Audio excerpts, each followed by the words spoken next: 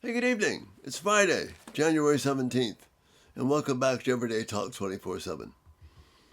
Last night we talked about frustration. That thump on the floor was Echo jumping down. We talked about frustration. And frustration is when there's something that you want to do but you can't do it. And we talked about how that could be either a source of danger to us spiritually and we get angry and mad and depressed, or it could be a place of humility where we go to God and seek help. Because when we don't know what to do, He's the one that we run to. Just like Jehoshaphat. We don't know what to do, but our eyes are on you. But if we don't handle frustration well, that can very well lead to anxiety and fear. Because I'm frustrated, I don't know what I'm going to do, how am I going to solve this, and then I begin the worry process. And you and I can all relate to that. But I was reminded of a video I did almost 4 years ago on where anxiety comes from. And I looked at it and thought I'd just give you a couple points from that tonight. And, again, you can go back into the archives there and search the database on YouTube. And again, we have 2,000 videos, so feel free to check those out on a number of subjects. But anxiety comes from when we don't view the world the way that God has instructed us to. Anxiety comes when I'm looking at life differently than the way God says I should look at it. He's the one who's in control. He's the one who is caring for me. And when I don't look at life from God's perspective, anxiety and fear creep in. And they're very easy to get to there from frustration because I'm frustrated it's not working out well. So instead of in humility going to God, saying, Lord, help me get to the place I need to be to honor you in this situation, instead we begin to worry ourselves. Listen to what Luke says in his gospel. He's quoting Jesus. Jesus said to his disciples, therefore I tell you, don't worry about your life, about what you will eat or about your body, what you will wear. Life is more important than food, and the body more than clothes. Consider the ravens. They do not sow or reap. They have no storehouse or barn, yet God feeds them. How much more valuable are you than birds? We could have a whole series of videos about us being more valuable than birds, but I'll save that for another time. And then in verse 25, it says, who of you, by worrying, can add a single hour to his life? Since you cannot do this very little thing, why do you worry about the rest? Jesus isn't speaking in metaphors here. He's not being rhetorical. He's saying what you and I need to hear.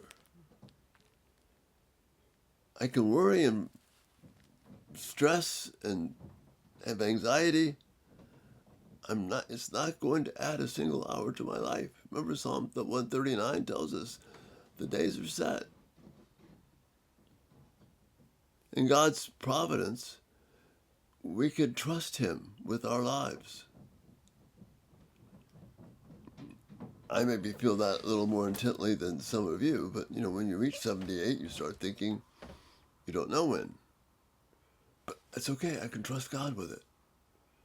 Whether I'm here tomorrow or whether I'm here 10 years from now. And those of you who are younger than me, you can be in that same place of trusting God. Even if you're sick, even if you're struggling with something. We can trust God. It's important for us to remember it. So, if I'm not looking at life from God's perspective, I'm going to be filled with anxiety. But like the Proverbs say in chapter 3, when I fix my eyes on God, when I'm trusting Him, this brings health to my body, nourishment to my bones. It calms my soul.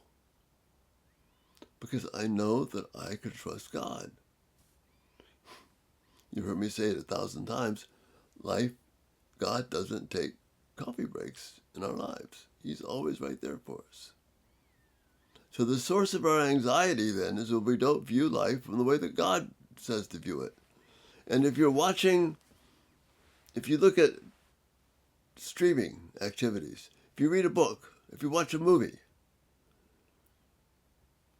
those are the power tools of influence.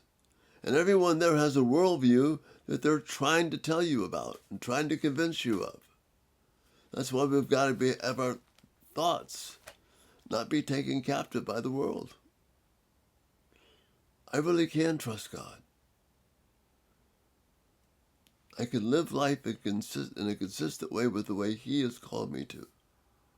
Worldview. It's just another way of saying what I've been saying. Worldview is basically understanding the world as God runs it. And that's why we have this Bible, to help us understand how God runs His world.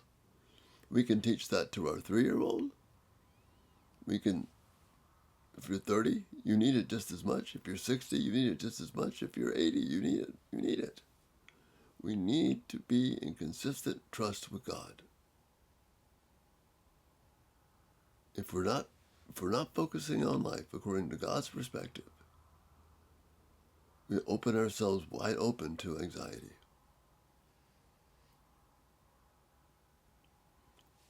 So frustration, deal with it in humility and go to God. And have the humility to say, hey, there's something going on I don't know what to do with. That's okay, we're human. And trust God to help us through it. But if we don't do that, then we fall into this trap of worry and anxiety. And Jesus is very clear here. Don't go there. Trust Him. It doesn't mean these things aren't significant or important. They are.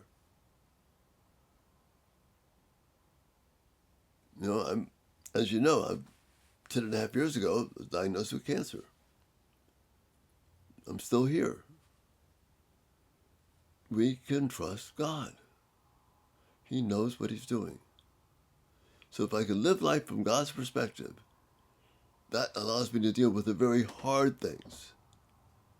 I didn't realize that things that cause anxiety, they're not easy. They're hard. But they're not beyond God's control. So I could talk about this for a long time and maybe talk more tomorrow, but I just wanted to help you see tonight that this connection from frustration to anxiety is one that we can end by understanding life from God's perspective. Again, love your thoughts and your feedback. So great to have you here, and Lord willing, we'll see you tomorrow. Good night.